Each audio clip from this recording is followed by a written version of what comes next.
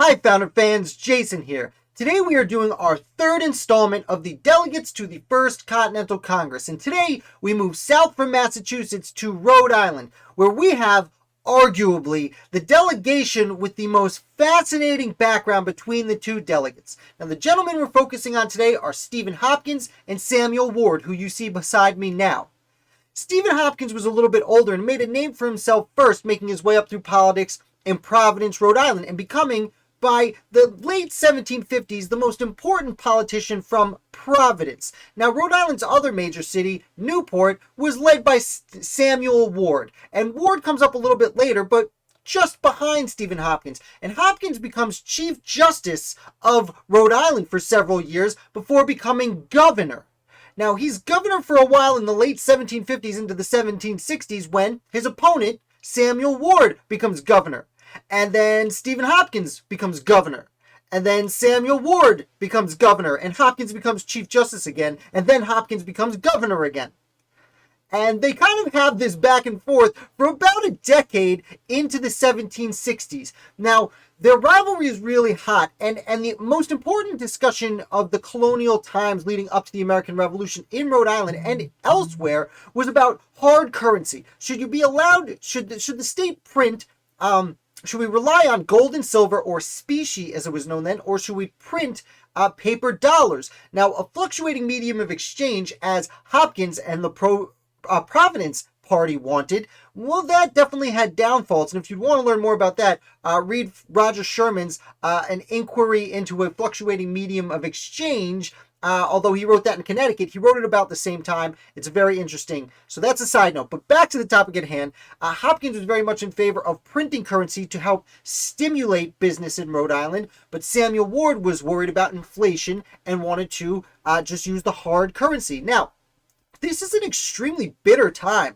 and partisan political divide in Rhode Island. But the 7 Years' War ends, and what happens? Well, King and Parliament start issuing taxes. And all of a sudden, you see these horrible rivals coming together on certain topics. Stephen Hopkins writes an important paper about this time, which was titled, if I have it in front of me, The Rights of the Colonies Examined. I can't believe I don't have it memorized yet. The Rights of the Colonies Examined, which wasn't quite the most famous paper, but it was pretty well known in New England at the time, talking about, hey, Parliament can't do this kind of thing, and Samuel Ward agreed with him. And they kind of start to dance around each other and say, maybe we're not each other's enemy as much as Parliament is our enemy. And interestingly enough, there is one day in 1762 where, unbeknownst to each other, because word traveled slowly, Samuel Ward writes to Stephen Hopkins a letter saying, hey, maybe we should both step down and neither of us should be governor for a while. And on that same day, unbeknownst to Hopkins, Hopkins wrote a letter to Samuel Ward saying, hey, I'm governor. Do you want to be deputy governor and work together? Now, neither of these things happened, but it's a very important milestone in the lives of these two arch rivals. One offering, hey, I'm governor, come be my deputy, and the other one saying, maybe neither of us should take power. They're both essentially saying the same thing, but from different angles. Now, that doesn't happen, but as time goes on, Stephen Hopkins continues as governor, and Hopkins, I should mention, actually had already gone in the 1750s to Benjamin Franklin's Albany Conference, which was one of the early steps in uniting the colonies into one force.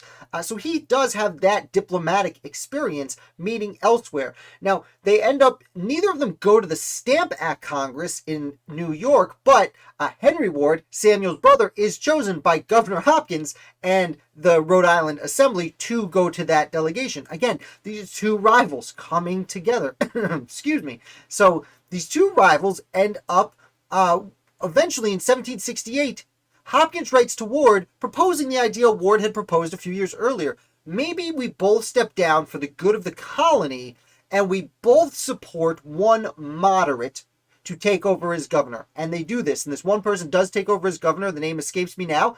And they essentially go into retirement. Although, after 2 years, Hopkins is again appointed Chief Justice of Rhode Island because he just couldn't stay out of leading roles. But when 1774 rolls around, Rhode Island needs to choose delegates to represent them in the Continental Congress, and they choose the two most important politicians, the two leaders of the separate parties, to work together and go to Philadelphia to try and settle things down, and they do. And both of these men go to the First Continental Congress.